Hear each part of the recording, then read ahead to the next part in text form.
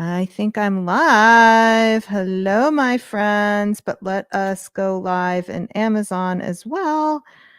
So preview, enable, wait, hold on. Shoot. Okay, this is just for my YouTube people. I screwed something up here.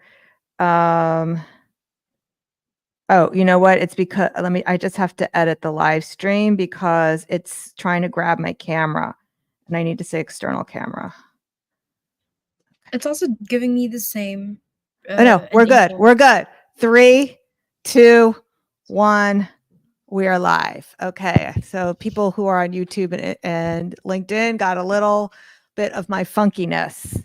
And now I see all my friends from the incubator and elsewhere. Hello, everybody. Welcome today. We have a really great show for you. This is all about making the most of your holiday art shows. Addie is going to be in the chat, chatting with you guys, sharing your questions with me. So as we go, let me know if you have any. So real quick, who am I? In case somebody is here who doesn't know who I am, I'm Miriam Schulman. I'm author of the best-selling book for artists, Artpreneur, and I'm also host of the Inspiration Plays podcast. And I can't wait to get to know you. So if you haven't already, share in the chat who you are and what kind of art that you do, and is also where you live, because I always like to see that as well. Remember, if you like what I have to say today, there's more of that on my podcast, The Inspiration Plays, as well as in my book, Artpreneur, which we do have. If you're on with us live, we do have that linked below. All right, so let's talk about how to make the most of your holiday art shows. So I know Halloween is not till Thursday, but really we're in the holiday season. People are thinking about Christmas, and it's time for you to start thinking about how maybe you can get started with that as well. So we've pulled up some slides from the archives. These are actual tabletop displays from my Instagram account from years ago, and you'll be able to recognize how dated they are from the filters. But there's some really good ideas in here that I just want to share for some of you for some people. Now, if you've been listening to me for any amount of time, you know that I say go high end and go large, and that's always true. But it's also nice to have a few things on the table for people to purchase, to pull people in, to get the conversations going, because this is not just a revenue creating event. This is also a relationship building event. You're going to meet a lot of people and you're going to add them to your mailing list. Hopefully you've got something like what I talk about in my book for you to collect email addresses, mailing addresses, phone numbers, anyone you want to follow up with afterwards. Okay, so there's a couple things on the table that I do want to point out to you. So the first one is the jewelry display. So I don't remember where I got mine, but you can get this exact one or close enough on Amazon. So I picked this one because I was always doing my best shows were at my daughter's music conservatory. And I had a lot of musical themed going on. So the harp is part of my musical theme. And then I would use a lot of piano music in my mixed media collages. And so then I also made some earrings, which, by the way, Addie, we probably could have linked some of those jewelry supplies in here as well. I think I did get that stuff on Amazon. So, but we did link for you the display. We also linked for you. So what I was saying about before is the earrings were little sheet music, and then I put a little clear dome on top to make the earrings. And it's not that you're going to get rich on the earrings, but you do add to your email list. It's nice to feel positive because you are making some sales during the day in between, let's say, your $3,000 big commissions or whatever it is that you really want to sell in that event. And don't forget, people who join your list today may commission you a month from now, 2 months from now, 6 months from now. The next thing that I have on here is the bracelet holder. So that is in the carousel as well. Again, I did very much a musical theme. Again, this is not something you necessarily might get rich on, but I enjoyed making these. So this was part of what I did then. Okay, and congratulations to Kimberly for getting confirmed to be in a holiday market. That's beautiful. Candy says, I do mainly figurative portraits, but I'm working on a series of landscapes right now.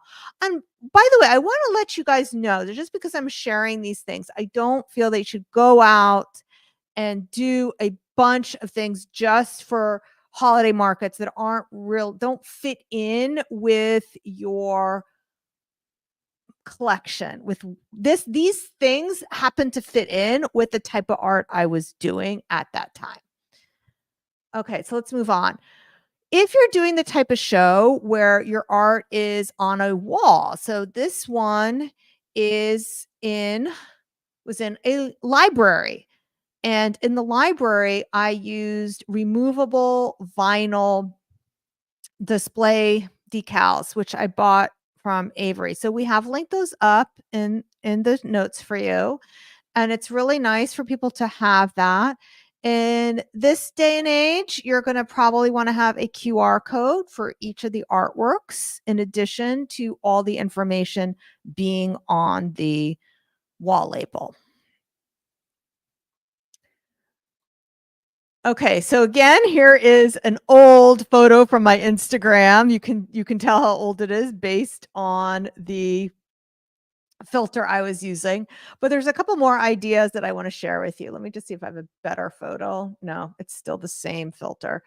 Okay, so one of the things I always brought to my holiday art shows was a Christmas tree that I put on the table. And it's really nice when you are creating your tablescape, even if you are a painter and most of your things are like on a wall behind you, to have your table have a bunch of different levels. So a Christmas tree is something I would put on. The one that I actually used, I bought at Michael's, but I linked up a similar one for you down below. Some years I made ornaments, some years I didn't. I did link below these round paper mache bases. And what you can do is, no matter what kind of artist you are, if you're a 2D artist, you can actually put a print of your art onto the ornaments. So you're kind of turning your art into an ornament and you're putting it as part of the display. But you're going to make most of your high-end sales from selling original art, which is why I always had table easels. So I've linked up for you 2 different ones, and I have both of them. I'm just going to show this to you. It doesn't have art in it right now. It has a book. Did we actually put these easels in the carousel? I think we didn't. I think we forgot. Yeah, we forgot. Okay, but it is a good idea to have your art on easels, and we will add that to the storefront when this is over so that you can check that out. Okay, what other ideas do we have in there? I always like to have clear baskets. So any other products you have, you want to put them into baskets, make it look kind of organized. You don't want it to make it look like a garage sale, which is everything thrown out there. So let me just show you some of the things I used. So I got these at the Container Store, and we also link something very similar for you in the carousel. Okay. So Addie, is there anything that I forgot to talk about that we have in the carousel that would help people with their holiday shows? Yeah, is that the same tablecloth like behind you, the one in your pictures? It is. So the tablecloth that's back here is the same one in my pictures. Again, you want to choose a tablecloth that matches your aesthetic. So the chevron was something that I was using. The black and white went with the musical theme, the black and white sheet music. And I just felt this fit that whole aesthetic I was going for. That's something that was very artsy and helped me stand out in all the vending displays. Oh, the other thing we forgot to talk about was the table risers. So can you show them the table risers? Okay. So when you're in indoor show, you want your table to sit higher than everybody else's. So that's what the table risers are for.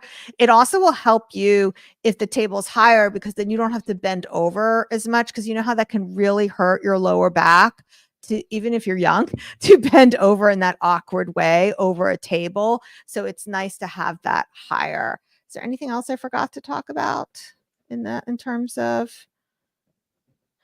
Yeah, and you used to I think the chair that you use when you were in art shows are like the high director Yes, chairs, right? that's right. So it's really a good idea. You're going to be on your feet all day, and you need to bring a chair. But if you bring a chair where you're low, then you're not going to be at eye level with people. So if you're sitting in a higher director's chair, you can stay seated when they come up to you and you'll be at eye level. So that is really helpful to have a director's chair at in-person shows.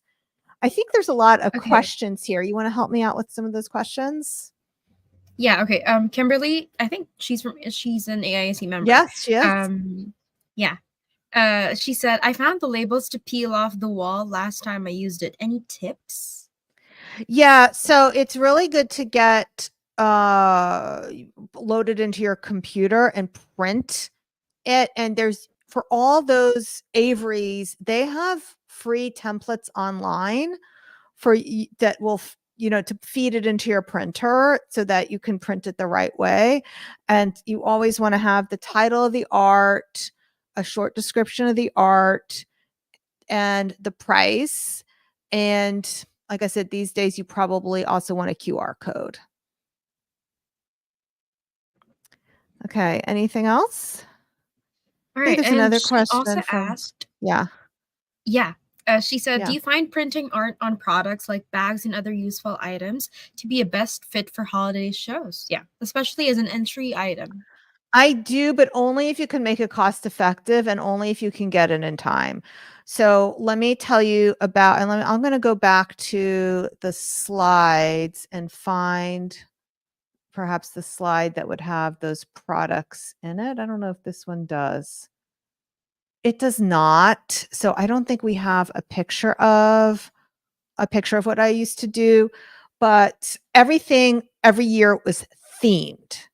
So if I had a calendar and I had cosmetic bags, which I didn't call cosmetic bags because you want it to be a gender neutral bag. People might want to put their pens in it, whatever. The photos that were on the calendar were also what I would show as my prints in my print bin, which I think we have the print bin linked up too. Addie, is that right, in the carousel? You can't see it in the pictures, but I always had like in front of my table, and people would get annoyed with it because I would take up so much space and I didn't care. I'd took up as much space as possible when I was there. And I would figure out how I would create like an L with my booth. So if this is indoors, and if I was given two tables, I would push one against the wall and the other one would come out like an L, so that people can kind of enter my L shape. And then I would have my print rack there. But what I was saying before is the art that was on the calendar would become the 12 featured prints. And like I said, we would use the print bin. I would use that same art to print on the cosmetic bags, but it has to make sense, so if I had an animal theme calendar, it made a lot of sense that people would want art with a pig on it. A lot of girls collect pig art. That's just a thing. The year that I was into peacocks, the peacocks were on everything, and people loved that. Now, in terms of economics, though, I would order from Arts Cow. That is a Hong Kong based. I think it's Hong Kong based. It might be China based. I'm not sure, but it would work out to be $3 a bag. And I would order enough product to work out to be $3 a bag, but then I would sell it for $22 each. So the economics of that made sense. I had to wait for those bags to have a sale. in order to get it at that price. But if you have to pay something like $12 to make a bag, it doesn't make sense anymore, because remember, Kimberly, I talk about when you're offering something for sale and you have a hard cost, you need to be able to sell it for at least 4 times what you paid for it. So if I'm able to source a bag at $3 each, 4 times, did I say $3 each? 4 times 3 is $12. So to sell it for $22, that is a healthy profit margin. So those always, they did well, and people would buy multiples of that. The other thing that I would sell would be the note cards. So that would do well as well. I always would package them up. Okay, so we have a couple things more planned for you. Addie's been keeping me on my toes. So we're going to move ahead to the next part of today's live stream. So if you have never done an in-person show before, you may feel like you're not ready yet. However, what I'm urging you to do today is to start before you're ready. And that is what I talk about inside of, I'm trying to find my, there it is. Okay. Inside of my book, Artpreneur. So we have a little video for you with an art journal spread that talks about starting before you're ready. For this installment, Start Before You're Ready, I thought I would do is actually read from the book. So chapter 3 is Start Before You're Ready. And what I'm going to do is I'm going to read just like the first section. So just 2 pages from the book. My heart was racing as the sun set toward the red and green landscape.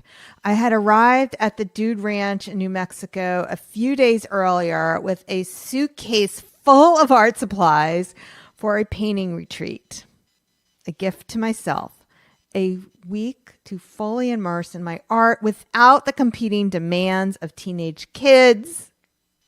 Impulsively, I'd added on an optional tour of Georgia O'Keeffe's home at Ghost Ranch via horseback.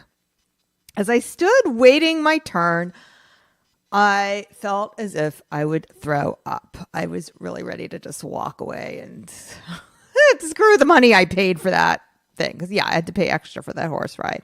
Now, at the time of this retreat, I'd been living in New York for about 25 years. And the last time I'd ridden a horse before that was in the 5th grade. My mom had signed me up for Girl Scout camp, but the horse bit me on the first day. And I discovered I was allergic to hay, so that was not a fun summer.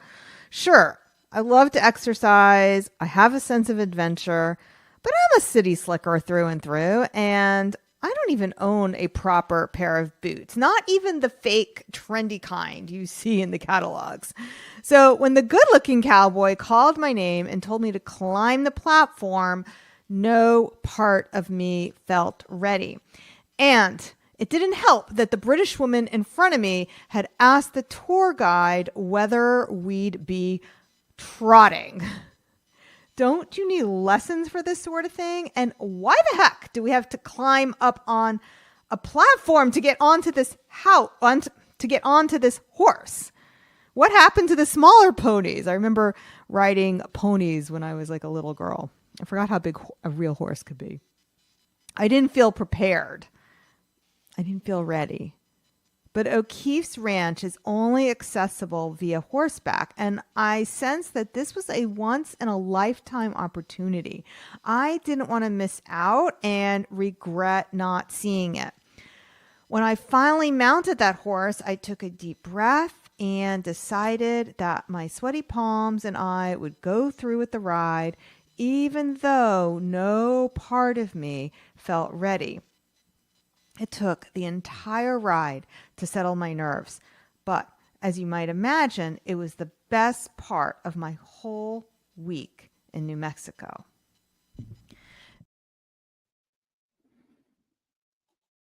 Okay, so that's about starting before you're ready. I hope that inspired you. There's a couple of things I forgot to mention that are really important if you're doing an art show, and that is having a label maker, because nothing's going to make you look jankier than handwritten unless you have like amazing calligraphy, but nothing's going to make you look jankier than hand written price labels. So get yourself a label maker. This one has lasted forever. I love it. The exact one, though, I don't think is available anymore. So we linked the same brand for you down below. It just never breaks. It's amazing. So it's the Dymo. And one of the things that I find really helps me is when I'm in the booth and you need to kind of have something that keeps you busy, but not so busy that you can't talk to people, is pricing my stuff. So that was something I always saved until the end, was pricing it like the day of if I needed to. And what else, Addie, did I forget to talk about? I think there was a couple other things too. Oh, hand sanitizer. You're gonna want hand sanitizer because people are touching your stuff. So you want to make sure we linked that below as well. And then if you're outside, you want to make sure you have a hat because you don't want to be squinting into the sun. I'm a huge Yankee fan. They're in the World Series right now. We're down, but they won last night. So go Yankees. And my husband teases me because I pretty much wear a black shirt every single day. This one I did get from Amazon. This is probably the most comfortable one I have, though. It's Amazon Essentials. And the thing is about being an artist is you make so many decisions, and I don't like making decisions about what I wear, which is why I like to just put on a black shirt every single day. I don't have to worry about it matching. Yeah. So there's that. All right. Do we have any more questions, Addie, before we move on? I think we can move on, right? Okay. So now I'm going to talk a little bit about starting before you're ready. But if you have a question, make sure you ask it below while we're still live. I can answer it. So here's what I want you to know. Whether you succeed or not is irrelevant. Making your unknown known is the important thing. Having that courage to go out into the world. It's so important as an artist for people to see your art. So you need to start before you're ready. Now, I used supplies in that art journal spread. We've linked them for you. It was the art visual journal book because it has a nice heavy page. I did the bubble letters using pencil, paper mate pencil, and then also the kneaded rubber eraser to remove any pencil lines. The Uniball pens, I use that not only in my art, but it's also a great pen to use when you are in the vending situation because you need to take people's names and you need to fill out their sales slip and all that stuff. So I love these pens. And then I've linked for you the brushes as well as the paints. Okay, so here are some things that you need to know. This is what you need to believe. The belief triad consists of 3 points: belief in yourself, belief in your art, and belief in your buyer. And inspired action comes from thinking empowering thoughts. Alternatively, when you think starving artist thoughts, your actions will not be as effective. Now, if you've already bought Artpreneur and you liked it, why not leave a review? Because if you send us a screenshot of your review, we will send you our gift of 52 additional art journal prompts for free. And if you bought the workbook, I think we have the workbook below. We also have a freebie for you for leaving a review of the workbook. That's different. That is an audio version of affirmations, which you're absolutely going to love. Now, listen, if you've been trying to build your audience, but you feel like you're spinning your wheels, going nowhere, you don't have to be dancing in front of the camera to find collectors who truly appreciate your art. Because let's face it, who has time or energy for that? So I want you to imagine connecting with serious collectors without endless posting or ever even leaving your studio. So there are 3 artists that have been through the incubator who have been very successful: Grace Marquez, Elizabeth Mordensky and Lynn Samus. And they prove that you can get your art noticed without stress. Grace paints the underwater world, and she's had her art featured in many magazines. And because of that, now opportunities come to her. She's built an audience of underwater enthusiasts who generally value her art and lead to consistent commissions and sales without the social media grind. Or Elizabeth, who balances a full-time job, and she felt unsure if she'd ever gain real momentum with her limited time. But within 6 months of using these strategies, she surpassed her income goal. And one feature alone led to a repeat collector who invested $29,000 in her art. And then there's Lynn, who's a grandmother of 4, and she used to depend on galleries, but her income was capped at $13,000. She knew it was time to try something new. And after diving into email marketing, she now makes 5 times what she did last year, all while keeping her family first. And no, she does not dance on TikTok either. They uncovered the magic of publicity and email marketing, and now you can too. So what I do want you to know, though, is I know we have a lot of incubator members who are here. Incubator members, you will get this in your classroom. If you're not inside the Artist Incubator, though, and you want to join me, this is for you. You can join you can either get it for free if you join the incubator, or you can join us for just the workshop. So in the audience building workshop, you'll learn to cast a spell on collectors from the comfort of your studio. You'll draw in serious buyers by showcasing your art in the right spots. And you'll learn how to share your story with confidence without the pressure to be visible or chase algorithms. The workshop will equip you with everything you need to attract collectors who truly appreciate your art, all from the safety of your own creative lair. Plus, you'll get instant access to the workbook when you join, so you can start putting the strategies to work right away. This is happening live next week on November 7th, and I do hope that you'll join me. All right, so do we have any other questions before we say goodbye, Addie? No, I think that was it. Candy said she left a review on Amazon and she didn't receive the 52 prompts. Just send us a screenshot, and right after this live, I'm going to be setting it up for you. Yes. So even if you do use your name on Amazon Live, like we don't know if there is like more than one Candy Campbell in the world. So like you have to give, and so we need to have you send us the screenshot so we can send it to the right person. Okay, Kimberly, Kimberly sent in. Oh, will the incubator program artists get the recording, or only if they signed up for the workshop?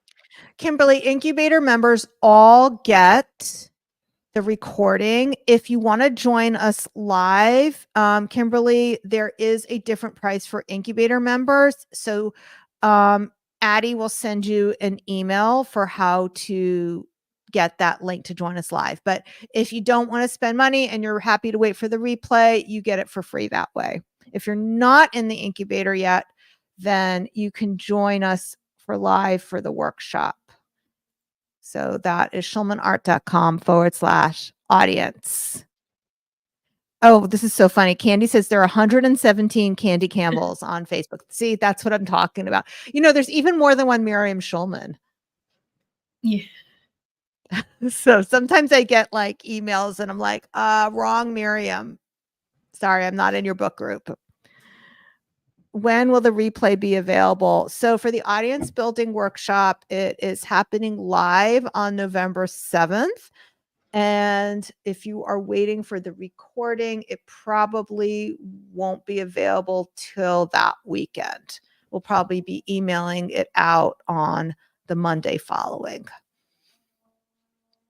It doesn't instantly show up in the classroom. So, and Addie's in Filipino time, so we don't make her like wake up in the middle of the night to upload stuff.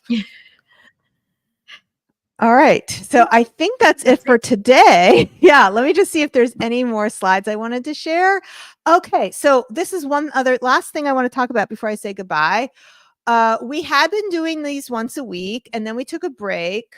And then we did do it last week, but I did decide that the Amazon Lives that we're going to commit to doing it once a month, as well as when we have a guest. So if you want to make sure you don't miss out on them, make sure you hit the follow to get notifications for the next live. We will email our list when I do it some of the times, not every single time. And if you want to get the notification, you do have to hit follow. You can also catch up on all the past live streams by going to schulmanart.com/live streams. You can watch all of them over there. And that is it for today. So thank you everyone so much for joining me today. Until next time, stay inspired. Bye for now.